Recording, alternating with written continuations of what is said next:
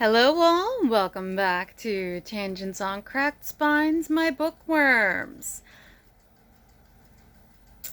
So we ended quite abruptly last week with a nonsense anthology because I thought the extra 10% of the book was actual book and not several indexes. Now that I've gone ahead, for those of you who don't know, this is a collection of me reading with unedited commentary books in the public domain. As you can tell by the name of the podcast, that they tend to be on the more macabre end of things. So listener discretion is highly advised, especially for those under 13. Because just because a book is old does not mean that it is appropriate. In fact, it's probably less appropriate in a lot of cases. That being said, again, proceed with caution. I have warned you. But because I ended abruptly last week, I put out on all my social medias, why do people want to listen to me dissect next time? And the overwhelming response was Bram Stoker's Dracula. Few words on this. One, last I checked, it is a very long book, so I will be trying to hit closer to the 1 hour mark than the 30-minute, 45-minute mark that I have been known for. In addition, I don't have my physical copy with me right this moment, so I will be reading a digital copy today, but there will be a physical copy at some point when I have located it, and it was not in the condition I was promised. And don't get me wrong, I love reading books with other people's commentary on it. But that's not the version I ordered, but it's the version I got. So when I'm reading from the physical copy, I will be not making commentary not only on the work itself, but on somebody else's commentary. And what they thought, was appropriate to deface a book for, rather than use a notebook. Oh, look, page 137. Here's the note for that page, this quote. Yeah, just scribble it right in there. I digress. Let's get into Dracula.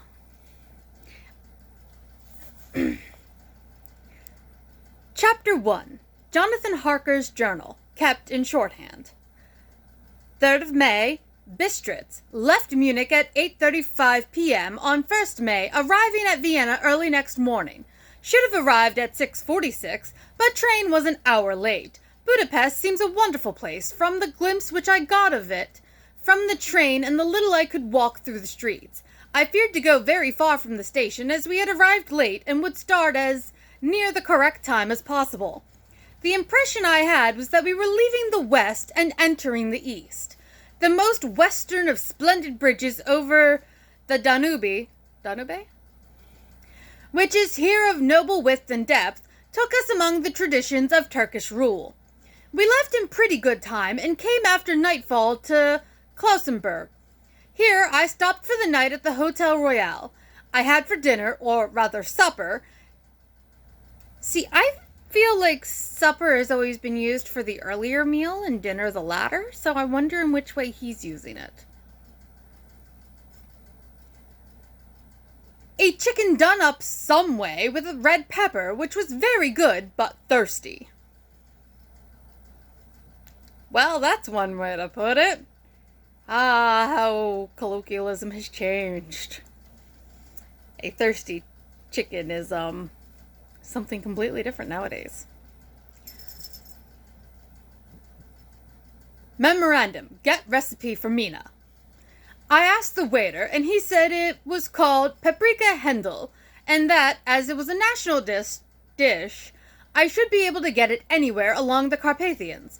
I found my smattering of German very useful here. Indeed, I don't know how I should be able to get on without it. Having had some time at my disposal when in London, I had visited the British Museum and made search among the books and maps in the library regarding Transylvania. It had struck me that some foreknowledge of the country could hardly fail to have some importance in dealing with a nobleman of that country. I find that the district he named is in the extreme east of the country, just on the borders of 3 states, Transylvania, Moldavia, and Bukovina.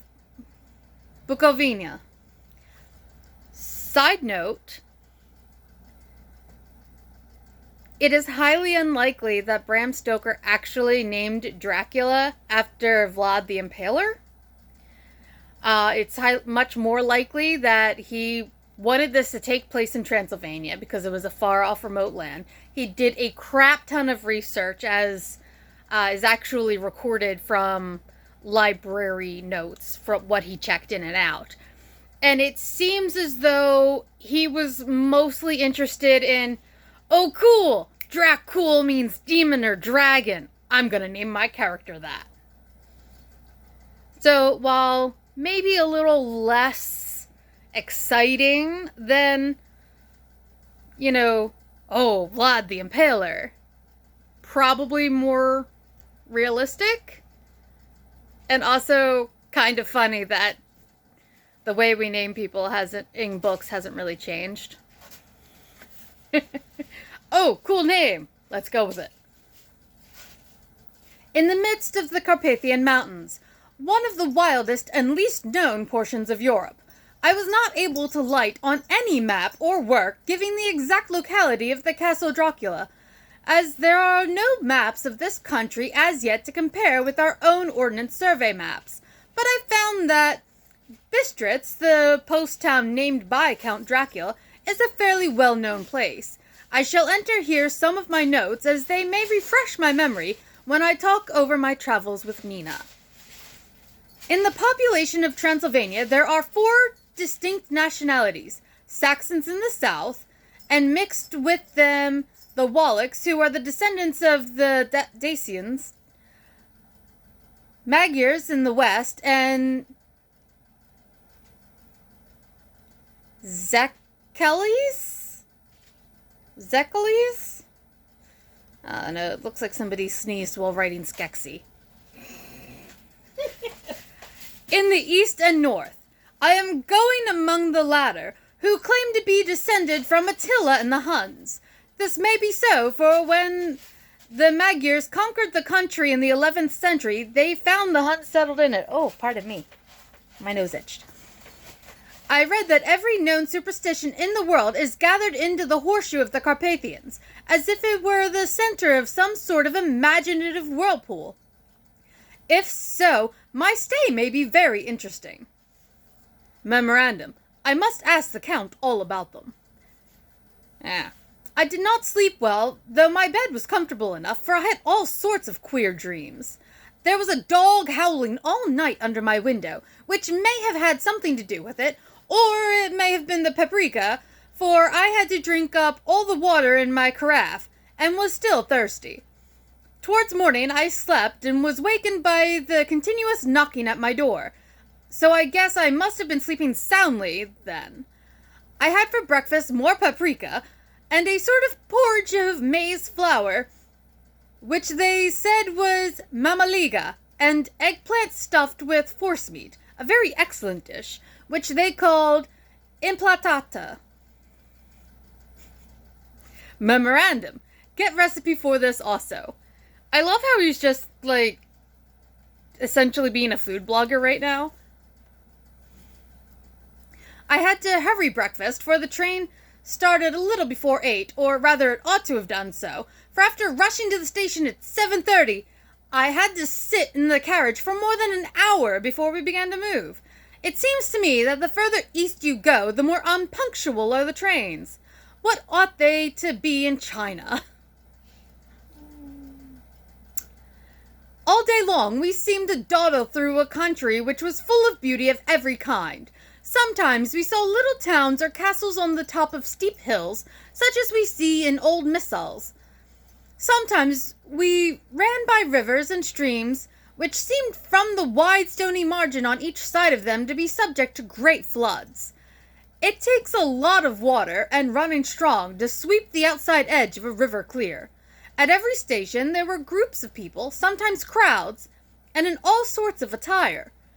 Some of them were just like the peasants at home or those I saw coming through France and Germany, with short jackets and round hats and homemade trousers. But others were very picturesque. The women looked pretty, except when you got near them, but they were very clumsy about the waist. Wow, judgmental much? They had all full white sleeves of some kind or other, and most of them had big belts with a lot of stripes of something fluttering from them, like the dresses in a ballet, but of course there were petticoats under them. The strangest figures we saw were the Slavics, who were more barbarian than the rest, with their big cowboy hats, great baggy dirt-white trousers, white linen shirts, and enormous heavy leather belts. I wouldn't say that looks barbaric, but also, the term for barbaric in the Greek actually had nothing to do with people being fierce and everything to do with, what is this uncivilized tongue we can't understand? We don't understand what you are saying, you are babbling, you are barbarians.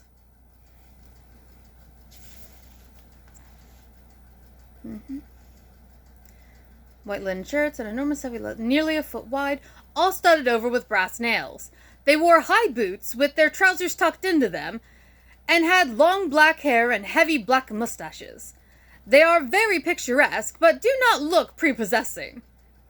I don't know. They do sound like they look scary. On the stage, they would be set down at once as some old oriental band of brigands.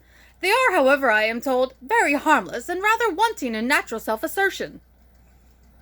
It was on the dark side of twilight when we got to Bistritz, which is a very interesting old place.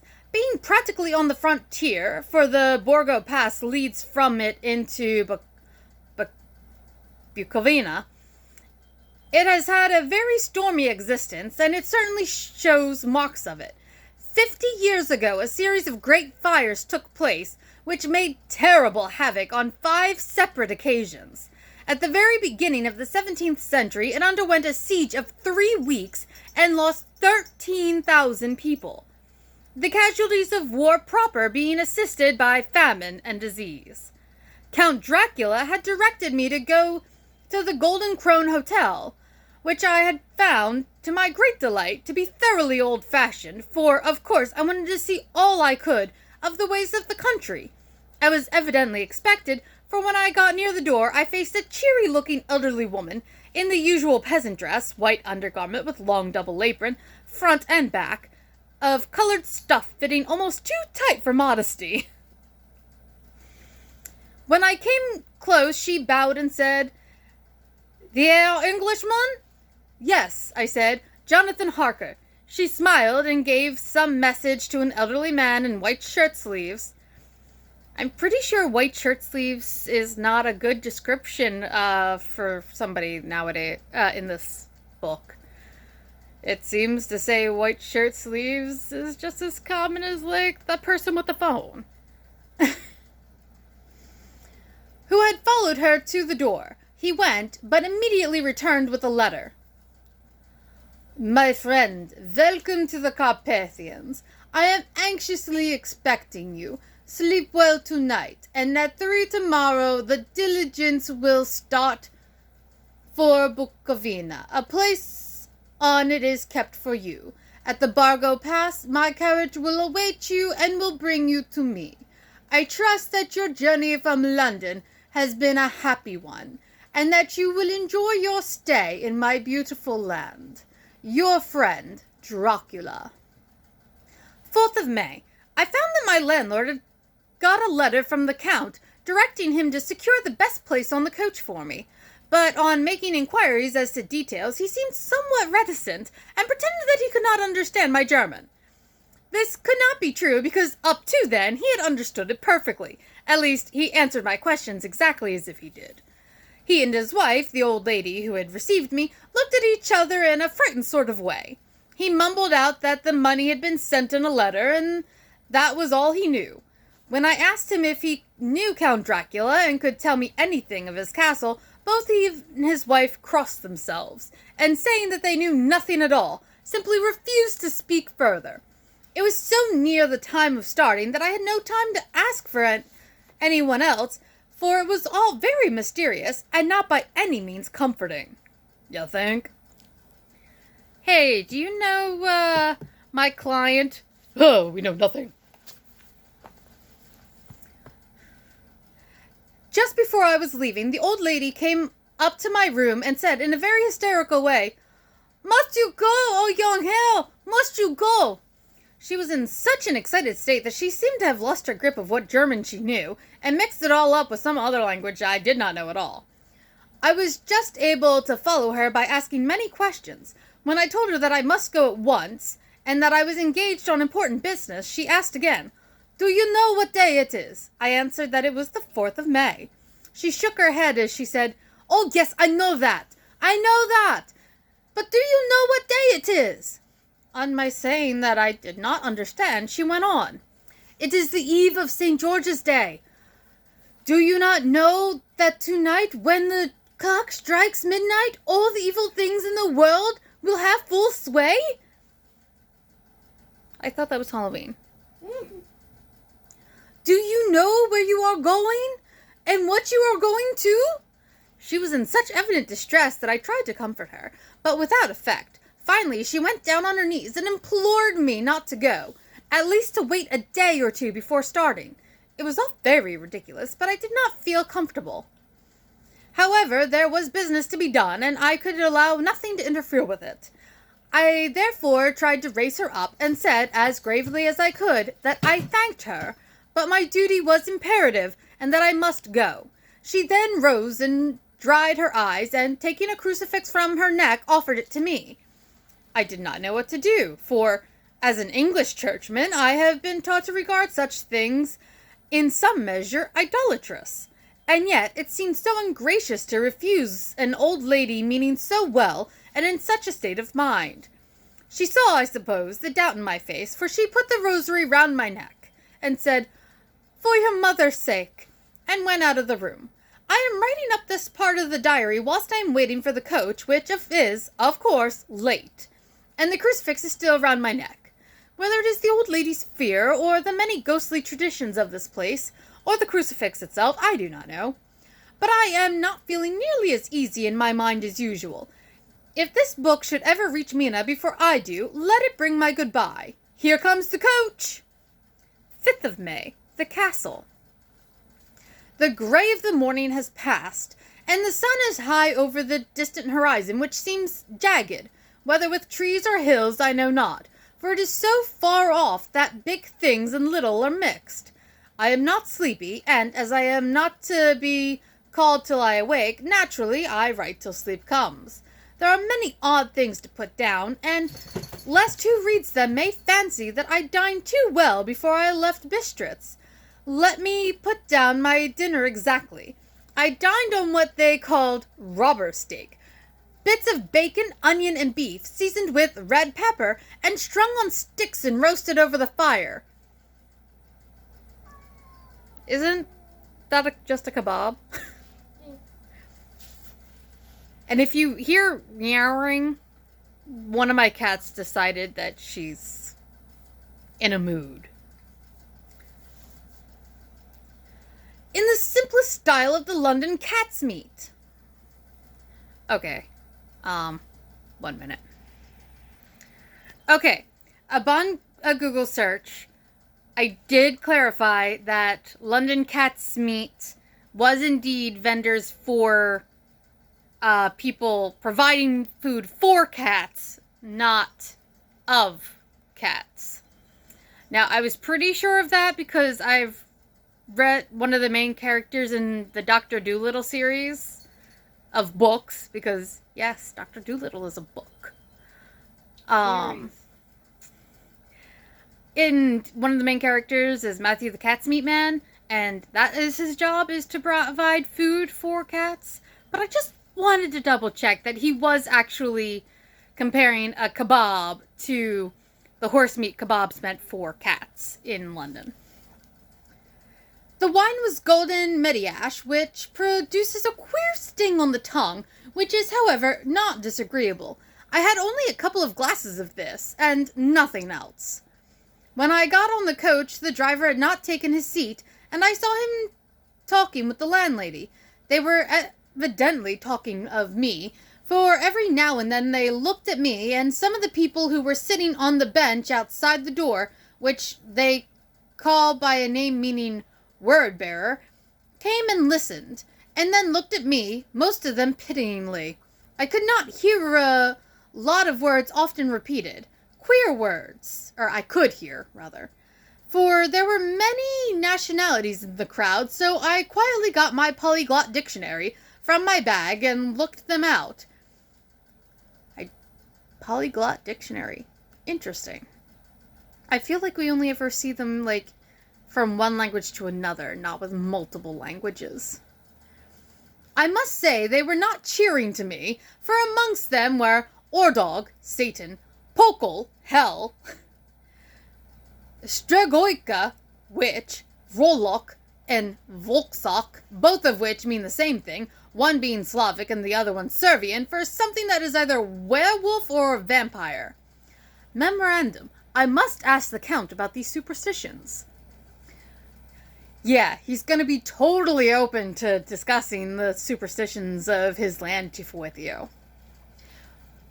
When we started, the crowd round the inn door, which had by this time swelled to a considerable size, all made the sign of the cross and pointed 2 fingers towards me. With some difficulty, I got a fellow passenger to tell me what they meant. He would not answer at first, but on learning that I was English, he explained that it was a charm or guard against the evil eye. This was not very pleasant for me, just starting for an unknown place to meet an unknown man, but everyone seemed so kind-hearted and so sorrowful and so sympathetic that I could not be touched. I shall never forget the last glimpse which I had of the inn-yard, and its crowd of picturesque figures, all crossing themselves as they stood round the wide archway, with its background of rich foliage of oleander and orange trees in green tubs, clustered in the center of the yard. Then our driver, whose wide linen drawers covered the whole front of the box seat, Gotza, they called him, cracked his big whip over his 4 small horses, which ran abreast, and we all set off on our journey. I soon lost sight and recollection of ghostly fears in the beauty of the scene as we drove along, although had I known the language, or rather languages, which my fellow passengers were speaking, I might not have been able to throw them off so easily. Before us lay a green sloping land full of forests and woods, and here and there steep hills, crowned with clumps of trees, or with farmhouses the blank gable end to the road. There was everywhere a bewildering mass of fruit blossom, apple, plum, pear, cherry, and as we drove by I could see the green grass under the trees spangled with the fallen petals. In and out amongst these green hills of what they call here the Mittelland, ran the road, losing itself as it swept around the grassy curve, or was shut out by the staggering ends of pine woods, which here and there ran down the hillsides like tongues of flame. Well, that's interesting. The road was rugged, but still we seemed to fly over it with a feverish haste. I could not understand then what the haste meant, but the driver was evidently bent on losing no time in reaching Borgo Prune. I was told that this road is in summertime excellent, but that it had not yet been in the order after the winter snows. In this respect it is different from the general run of roads in the Carpathians, for it is an old tradition that they are not to be kept in too good order. Of old, the Hospodars would not repair them, lest the Turks should think that they were preparing to bring in foreign troops, and so hasten the war, which was always really at loading point. Beyond the green swelling hills of the middle land rose mighty slopes of forest up to the lofty steeps of the Carpathians themselves. Right and left of us they towered, with the afternoon sun falling full upon them and bringing out all the glorious colors of this beautiful range. Deep blue and purple in the shadows of the peaks, green and brown were grass and rock mingled, and an endless perspective of jagged rock and pointed crags, till these were themselves lost in the distance, where the snowy peaks rose grandly. Here and there seemed mighty rifts in the mountains, through which, as the sun began to sink, we saw now and again the white gleam of falling water.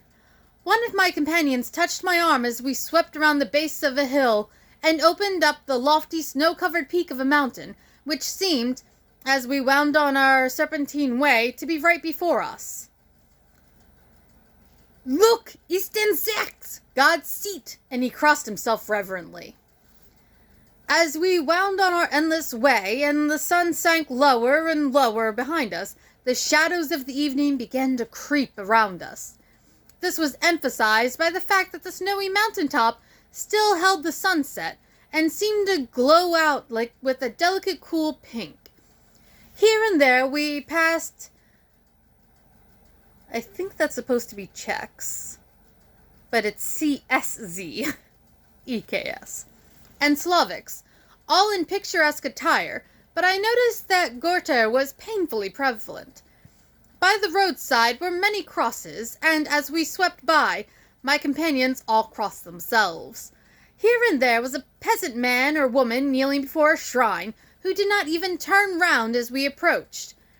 But even in the self-surrender of devotion to have neither eyes nor ears for the outer world, there were many things new to me. For instance, hayricks in the trees, and here and there very beautiful masses of weeping birch, their white stems shining like silver through the delicate green of the leaves.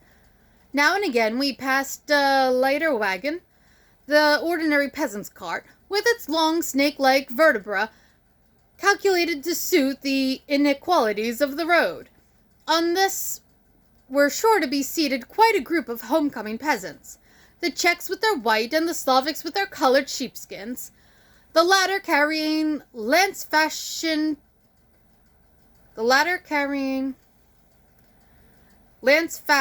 their long staves, with axe at the end. Pretty sure that a lance-like stave with an axe on the end is just called a pike.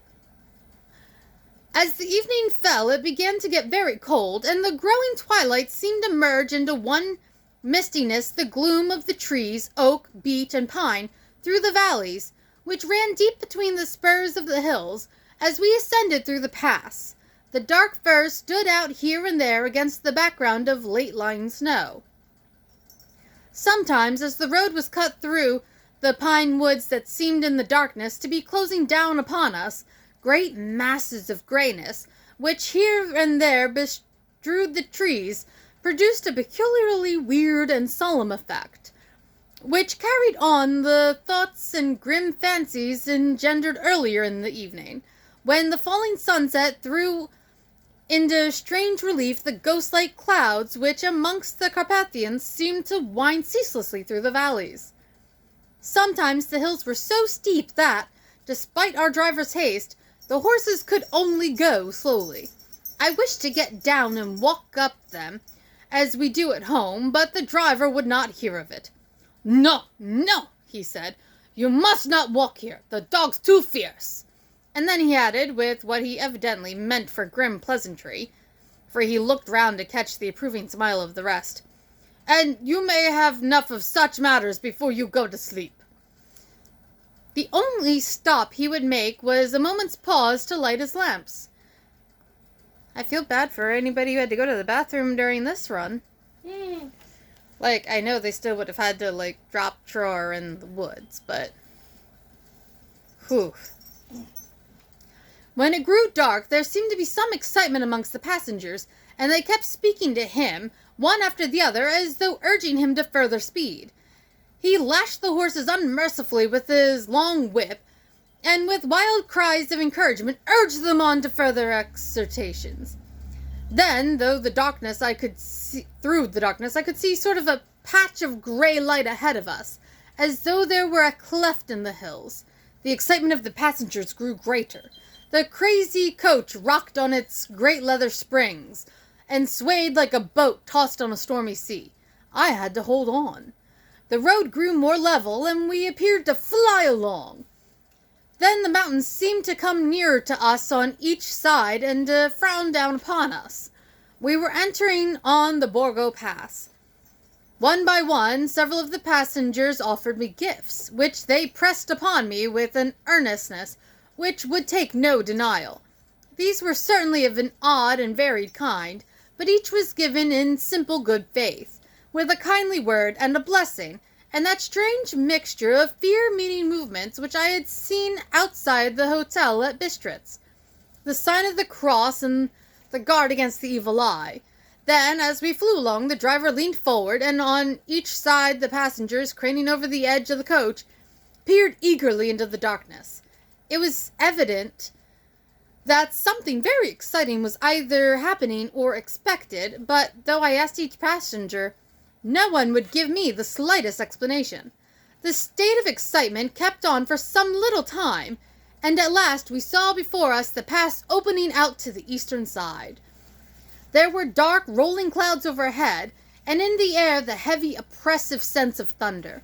It seemed as though the mountain range had separated two atmospheres, and that now we had got into the thunderous one. I mean, mountains do kind of do that. I was now myself looking out for the conveyance which was to take me to the Count. Each moment I expected to see the glare of lamps through the blackness, but all was dark. The only light was the flickering rays of our own lamps, in which the steam from our hard-driven horses rose in a white cloud. We could see now the sandy road lying white before us, but there was on it no sign of a vehicle. The passengers drew back with a sigh of gladness, which seemed to mock my own disappointment. I was already thinking what I had best do, when the driver, looking at his watch, said to the others something which I could hardly hear. It was spoken so quietly and in so low a tone, I thought it was an hour less than the time. Then, turning to me, he said in German worse than my own, "There is no carriage here. The Herr is not expected after all. He will come on to Bukovina, and return tomorrow or the next day. Better the next day." Whilst he was speaking, the horses began to neigh and snort and plunge wildly, so that the driver had to hold them up. Then, amongst a chorus of screams from the peasants and a universal crossing of themselves, a caleche with 4 horses drove up behind us, overtook us, and drew up beside the coach. I could see from the flash of our lamps, as the rays fell on them, that the horses were coal-black and splendid animals. They were driven by a tall man with a long brown beard and a great black hat, which seemed to hide his face from us. I could only see the gleam of a pair of very bright eyes, which seemed red in the lamplight. As he turned to us, he said to the driver, "You are early tonight, my friend." The man stammered in reply, "The English Earl was in a hurry," to which the stranger replied, "That is why I suppose you wished him to go on to Bukovina. You cannot deceive me, my friend. I know too much, and my horses are swift." As he spoke, he smiled, and the lamplight fell on a hard-looking mouth with very red lips and sharp-looking teeth, as white as ivory. One of my companions whispered to another the line from Burger's Lenore, "Dein de Toten reiten schnell," for the dead travel fast. The strange driver evidently heard the words, for he looked up with a gleaming smile. The passenger turned his face away, at the same time putting his 2 fingers and crossing himself. "Give me the hell's luggage." And the driver, with exceeding alacrity. My bags were handed out and put in the caleche. Then I descended from the side of the coach. As the caleche was close alongside, the driver helping me with a hand which caught my arm in a grip of steel. His strength must have been prodigious. Without a word, he shook his reins, the horses turned, and we swept into the darkness of the pass. As I looked back, I saw the steam from the horses of the coach by the light of the lamps, and projected against it the figures of my late companions crossing themselves. Then the driver cracked his whip and called to his horses, and off they swept on their way to Bukovina. As they sank into the darkness, I felt a strange chill and a lonely feeling come over me. But a cloak was thrown over my shoulders and a rug across my knees, and the driver said in excellent German, "The night is chill, mein Herr, and my master the Count bade me take all care of you.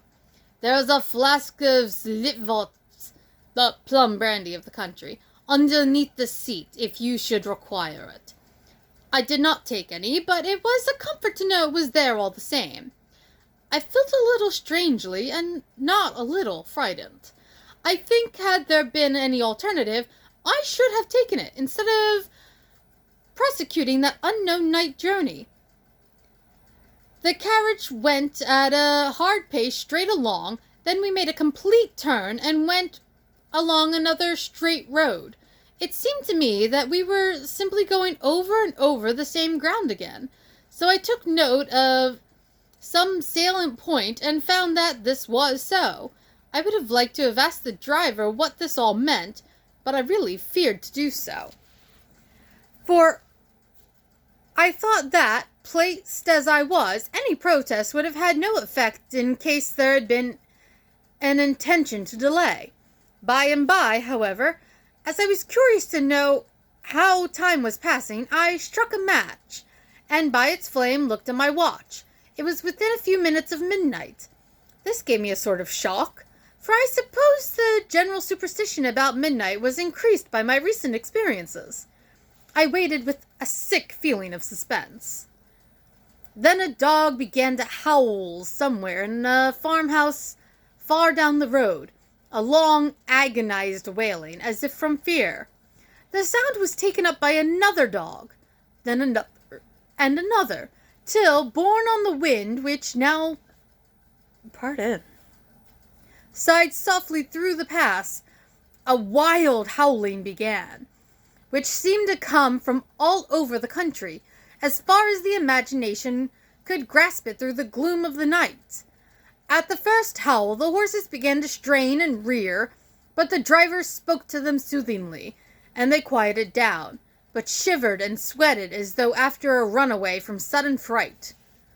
Then, far off in the distance, from the mountains on each side of us, began a louder and a sharper howling, that of wolves, which affected both the horses and myself in the same way. For I was minded to jump from the caleche and run, whilst they reared again and plunged madly, so that the driver had to use all his great strength to keep them from bolting. In a few minutes, however, my own ears got accustomed to the sound, and the horses so far became quiet that the driver was able to descend and to stand before them. He petted and soothed them and whispered something in their ears, as I have heard of horse tamers doing, and with extraordinary effect, for under his caresses they became quite manageable again, though they still trembled. The driver again took his seat and, shaking his reins, started off at a great pace. This time, after going to the far side of the pass, he suddenly turned down a narrow roadway, which ran sharply to the right. Soon we were hemmed in with trees, which in places arched right over the roadway till we passed as through a tunnel, and again great frowning rocks guarded us boldly on either side. Though we were in shelter, we could hear the rising wind, for it moaned and whistled through the rocks, and the branches of the trees crashed together as we swept along. It grew colder and colder still, and fine powdery snow began to fall, so that soon we and all around us were covered with a white blanket. The keen wind still carried that howling of the dogs, though this grew fainter as we went on our way. The baying of the wolves sounded nearer and nearer, as though they were closing round on us from every side. I grew dreadfully afraid, and the horses shared my fear. The driver, however, was not in the least disturbed. He kept turning his head to the left and to the right, and I could not see anything through the darkness. Suddenly, away on our left, I saw a faint, flickering blue flame. The driver saw it at the same time.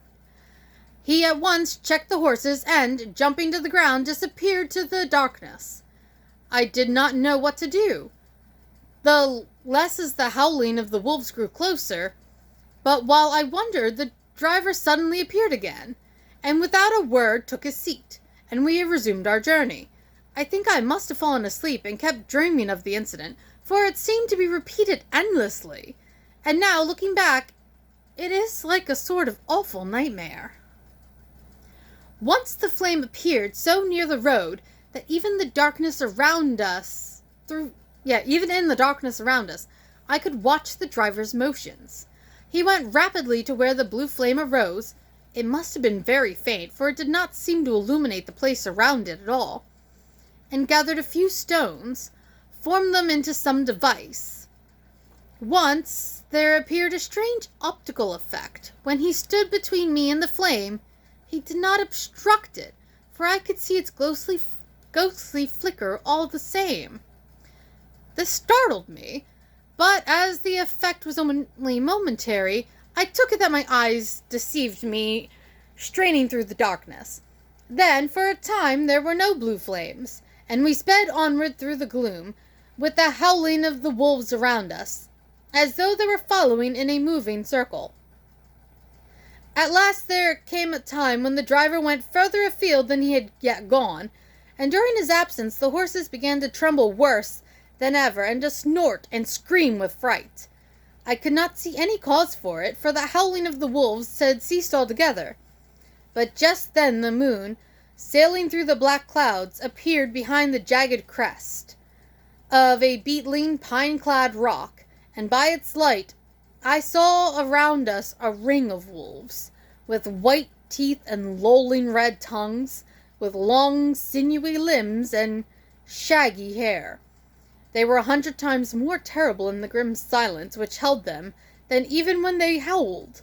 For myself, I felt a sort of paralysis of fear. It is only when a man feels himself face to face with such horrors that he can understand their true import.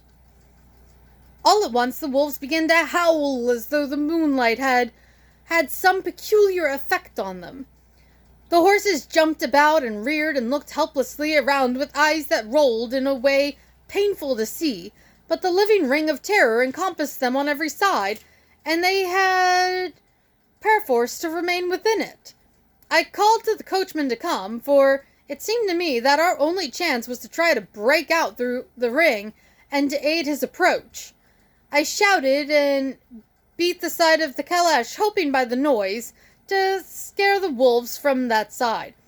Also, if I'm pronouncing the vehicle he is in wrong, I apologize. Any of y'all listening to me should know by now that I'm really bad at that.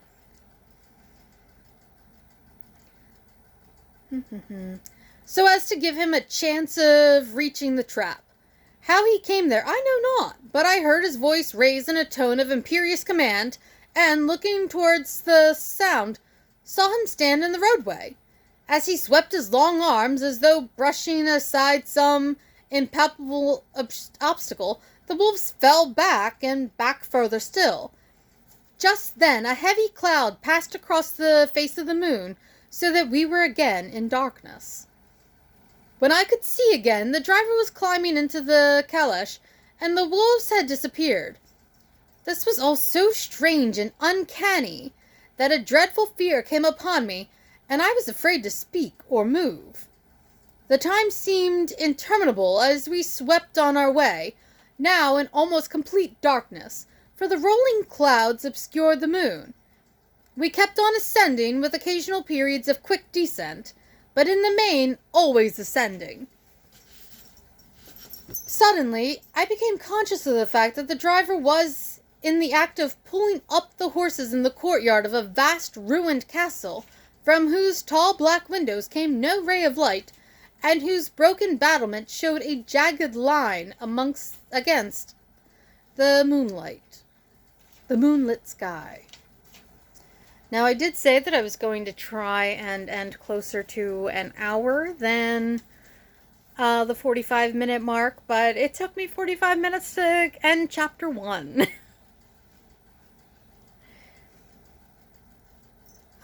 So I'll go ahead and end there today. I think that perhaps this will break my 13 to 15 episode rule guideline, and we'll probably wind up hitting around 22 episodes. I think that's how many chapters there are.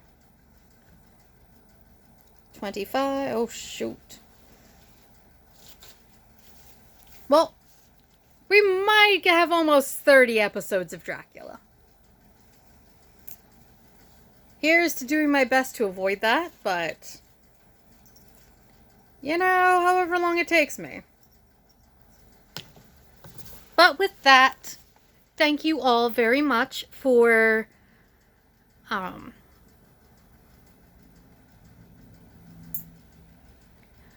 listening or watching. I'm sorry there's not a whole lot going on. No matter how I set this up, this is always far too close to my face. But thank you again. I appreciate it. Please like, subscribe, comment. If you're listening to this, please put a review. It would help other weirdos find me. I mean bookworms. Because I do this for fun. It is something I truly enjoy doing. But it's always nice to, you know, see somebody review it or share it with a friend. Maybe grow my circle to more than 10 listeners. But truly, that's the best way to help us. Go ahead and us. Well, my mom's in the room and the cats show their face every once in a while. But yeah, like, subscribe, comment. I'm all for comments. Like, do you like what I'm doing? Do you not like what I'm doing? Like, this is made out of love, but somebody's listening to it, and I would love to know how you feel. I truly would. And if there's something that I can do better. Other than, you know, give a platform for people who think that past life regression hypnosis is a valid way to debunk Poe of his fame. That was a thing. I tactfully told them they were crazy.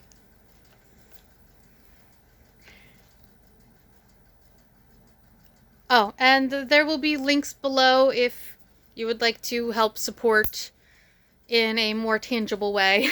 I own Mama Shaw Designs. If you're watching this, you can see some of my hats in the background that I've made. Among other things. I appreciate you guys, and for listening to me babble for this long. Let me go find a cat. Yet again, she somehow managed to find a spot that it is darn nigh impossible to see her. But she does eep. Come on, eep again. You're not going to eep again? Can I get eyes at least? No? No eyes? Okay. Ah, there we go. We've got the tickles. Ow! I am not food. This is my bed. Thank you again, and have a wonderful day.